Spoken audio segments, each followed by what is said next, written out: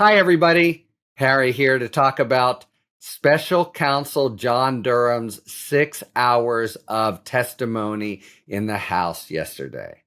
Let's go back and set the stage a little. You may remember the end result of his investigation, which was the most pitiful final tally by a special counsel in history, appointed to, remember, get to the bottom of the spying supposedly by the FBI on the Trump campaign and the falsehood of the 2016 charges of collusion by the Russians with the Trump campaign. Durham, wound up bringing two pitifully false statement cases, having very far afield from that heartland and losing them both. And then a teeny little plea agreement. I mean, it came to nothing. Now he's called to the House in order, however, to try to make the most of the nothing, to fan the flames on the 2016 election, to reignite, if possible, the Trump charge, second only to the big lie of 2020 that the Dems in 2016 totally concocted and went after him for collusion and obstruction, which he says turned out not to be the case. Of course, that is itself a vast overstatement at best. A careful read of the Mueller report makes clear that that Mueller did find he obstructed, but didn't want a bottom line on saying so because he wouldn't be able to charge him, and so he had judged that unfair to Trump. And then on 2016, he found all kinds of connections between the Trump campaign and Russia. Remember the meeting in the Trump Tower to get dirt with a Russian government official attended by Jared Kushner and I think Trump Jr. and Manafort. Remember Manafort passing on polling data to Konstantin Kilimnik. Remember Trump calling for Russia to release the data on emails on Hillary, and a data dump of them came, within a few hours. All of that was found. And what he said, what Mueller concluded is there wasn't enough evidence to charge beyond a reasonable doubt a conspiracy. That is an agreement by Trump with the Russia government and Trump campaign to do it, but that at a minimum, Trump was a willing recipient of a lot of efforts by Russia designed for him to win and Hillary to lose, because they wanted him to win and Hillary to lose. All right, so that now here comes John Durham, having investigated the supposed falsity or kind of manufactured by Democrats aspect of this. He's been on the case for years, found nothing, but maybe he can dish up the dirt anyway, although it wasn't enough to charge anything beyond a reasonable doubt. But maybe he's got little snippets or rumors or ways to, salacious gossip to try to use to promote the narrative of Trump and his jackals in the House about how it was all ginned up.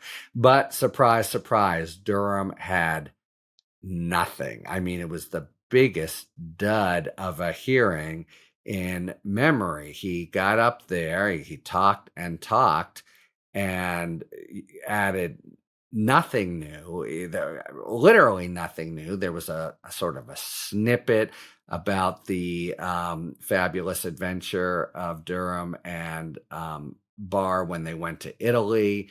And in response to a question from Zoe Lofgren, Durham cryptically allowed how there was some investigation, but it came to nothing from what the Italians had revealed. But most importantly, he had to admit that the Mueller report was accurate and correct. He expressed his admiration for him, for Mueller, and all the efforts by the Republicans to get him to disavow Mueller and the material. And the report came out totally flat, just belly flop after belly flop on it. Then in the counter questioning by the Democrats, produced protestations of ignorance from a special counsel there to investigate what Russia had done in 2016. That was just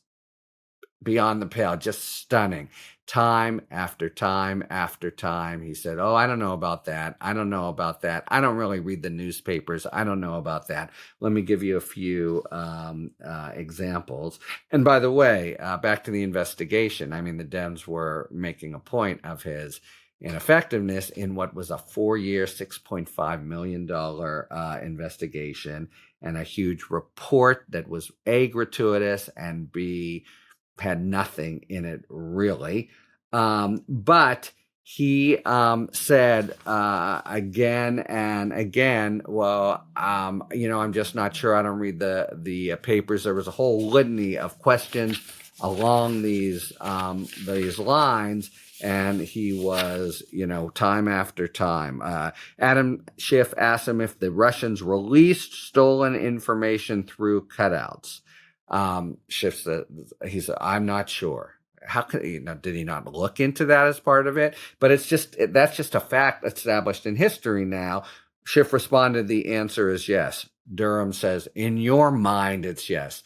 So it's kind of a piece with the Schiff censure yesterday, with Durham, just unwilling to concede facts, but these are facts that are in the heartland of what he's been investigating for 4 years. All right.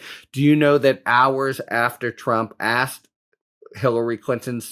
asked Russia to find the Hillary Clinton's emails and release them, that hackers made an attempt to hack them? Durham replied, this is like just a big fact at the time. If that happened, I'm not aware of that. What about, did you know that Trump referred to these stolen emails more than 100 times on the campaign trail? I don't really read the newspapers, said Durham. And of course, it goes without saying, I don't investigate. You're supposed to investigate if the Trump campaign is being spied on, and yet you don't look into what the allegations are from Trump and what he said and the bona fides of whether Russia, in fact, was spying on them. What exactly are you doing if you don't look into that? And this to me was the apotheosis in 25-cent words, or just the highest instance. Schiff asked Durham, "Are you aware that Paul Manafort passed on polling data to Konstantin Kilimnik?" Everybody's aware of that. There's the meeting at the cigar bar, and they go out in different doors, and it's just a total fact.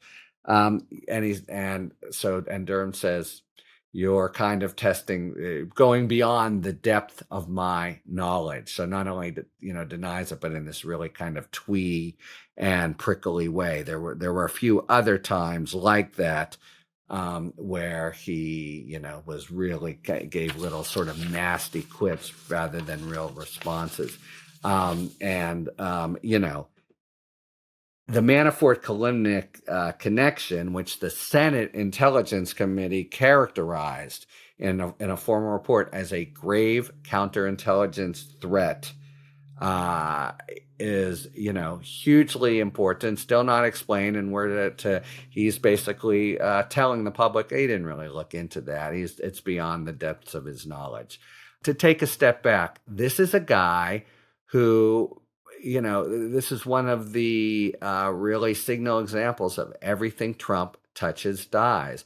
John Durham had a reputation as a fairly solid, nonpartisan prosecutor who was maybe a little plotting, maybe over meticulous, maybe not the smartest, but down the middle, and had a good reputation doing cases on both sides and the like. It stands now in tatters. Among other reasons, by the way, his very respected deputy, Nora Danahy, and this came up in the hearing, quit because Durham, taking orders from Bill Barr, were trying to, basically get stuff up out in the public that they shouldn't have been doing, and there were and take lines in the investigation that she thought was improper. She's hugely respected, and in fact, she's married to the U.S. attorney in Durham's office. And that was already a body blow, but then his whole effort comes to naught, and then he does this 300 plus page report that sounds 300-page report that says nothing, and now this really like tawdry and substance free and kind of a little bit nasty performance yesterday. So this guy now steps away, and his career, his reputation is totally shot. He, was somehow like not drinking, but guzzling the Kool-Aid about Trump and Fox News in 2016. And yet, when given the marching orders to try to substantiate that and bring crimes, they spied on them illegally and there was no predication.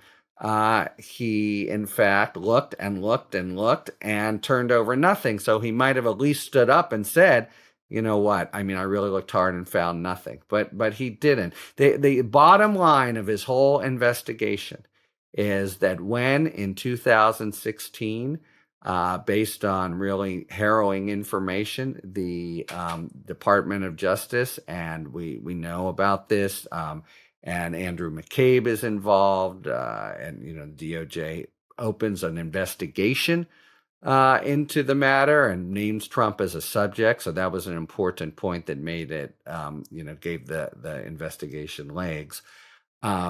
Says Durham in his big, tub thumping conclusion, instead of a full investigation, maybe that should have been a preliminary investigation. In other words, you just cannot try to assert that the FBI learning about interference with the U.S. presidential election just leaves it be. They have to look into it, so that totally discredits the entire spy thesis that Bill Barr launched in testimony. And then they put him on the job to find out about improprieties in either the initiation or the execution of the big investigation, and nothing in the execution. He basically says the Mueller report is all accurate, and the initiation, maybe they could have gone, preliminary based on what they had there. That is a major chapter that ends not with a bang, but with a whimper. Talk to you later. Thanks for tuning in. If you enjoyed this video and other Talking Feds content, please take a second to like and subscribe. Talk to you later.